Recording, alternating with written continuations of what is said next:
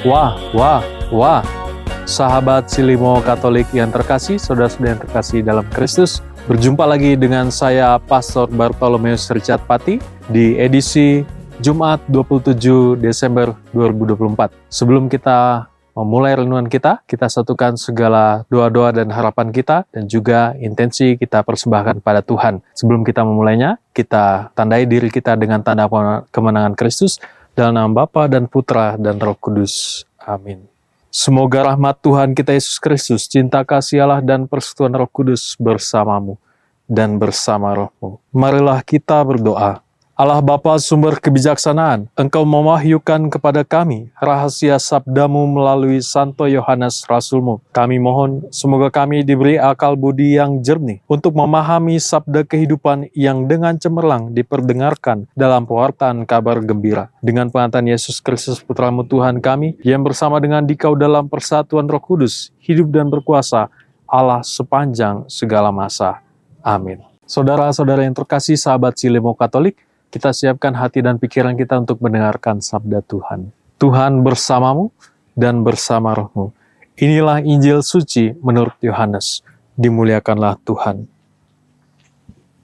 Pada hari Minggu Paskah, setelah mendapati makam Yesus kosong, Maria Magdalena berlari-lari mendapatkan Simon Petrus dan murid yang lain yang dikasihi Yesus. Ia berkata kepada mereka, "Tuhan telah diambil orang dari kuburnya, dan kami tidak tahu di mana ia diletakkan." Maka berangkatlah Petrus dan murid yang lain itu ke kubur. Keduanya berlari bersama-sama, tetapi murid yang lain itu berlari lebih cepat daripada Petrus, sehingga ia lebih dahulu sampai di kubur. Ia menjenguk ke dalam dan melihat kain kafan terletak di tanah, tetapi ia tidak masuk ke dalam. Maka tibalah Simon menyusul dia dan masuk ke dalam kubur itu. Ia melihat kain kafan terletak di tanah, sedang kain peluh yang tadinya ada di kepala Yesus tidak terletak dekat kain kafan itu, tetapi agak di samping di tempat yang lain dan sudah tergulung. Maka masuklah juga murid yang lain yang lebih dahulu sampai di kubur itu. Ia melihatnya dan percaya. Demikianlah sabda Tuhan.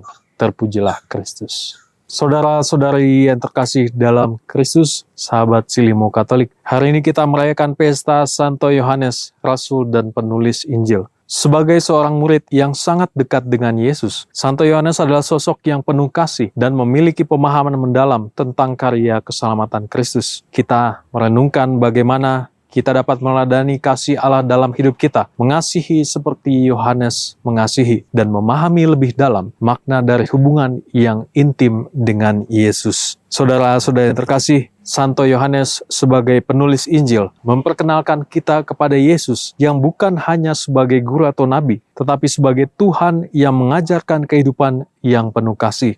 Yohanes menggambarkan Yesus sebagai anggur yang benar dan jalan kebenaran dan hidup. Yohanes menekankan bahwa hidup yang sejati hanya dapat ditemukan dalam hubungan yang intim dengan Yesus. Setiap kata dalam Injil Yohanes mengajak kita untuk membuka hati kita dan mengalami kasih Allah secara lebih mendalam. Santo Yohanes juga mengarahkan kita bahwa hidup dalam kasih yang sejati itu mengarah pada pengorbanan. Kasih yang sejati adalah kasih yang memberi tanpa menghitung. Kasih itu bukan hanya sebuah perasaan, tetapi sebuah tindakan nyata yang mewujud dalam hubungan antar manusia, terutama dalam keluarga, persahabatan, dan komunitas iman. Yohanes menunjukkan kepada kita bahwa kita harus mencintai sesama dengan tulus, bahkan ketika itu mengharuskan kita untuk berkorban. Semoga melalui perayaan Santo Yohanes hari ini, kita diajak untuk merenungkan dua aspek penting dari ajaran Yohanes, kedekatan dengan Yesus dan hidup dalam kasih. Yohanes mengajarkan kita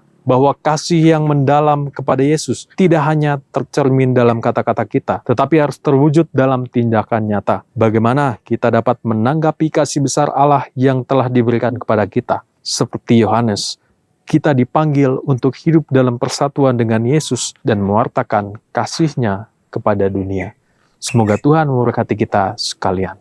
Amin. Marilah kita berdoa. Allah Bapa yang Maha Kuasa, Santo Yohanes, Rasul-Mu, telah mewartakan sabda yang menjadi manusia. Bantulah kami agar lewat misteri yang kami rayakan ini, sabda itu senantiasa tinggal dalam diri kami, dan kami mewartakan dalam hidup kami, sampai kami Kau perkenankan memasuki kerajaan-Mu dengan pengasihan Kristus Tuhan kami. Amin. Saudara-saudara yang terkasih dalam Kristus, sahabat Silimu Katolik, marilah kita akhiri permenuhan kita pada hari ini dengan mohon berkat Tuhan. Tuhan bersamamu dan bersama rohmu. Semoga Allah yang Maha Kuasa memberkati kita semua, doa-doa dan intensi kita pada hari ini, Bapa, Putra, dan Roh Kudus. Amin. Saudara-saudara yang terkasih dalam Kristus, renungan pada edisi kali ini sudah selesai. Syukur kepada Allah.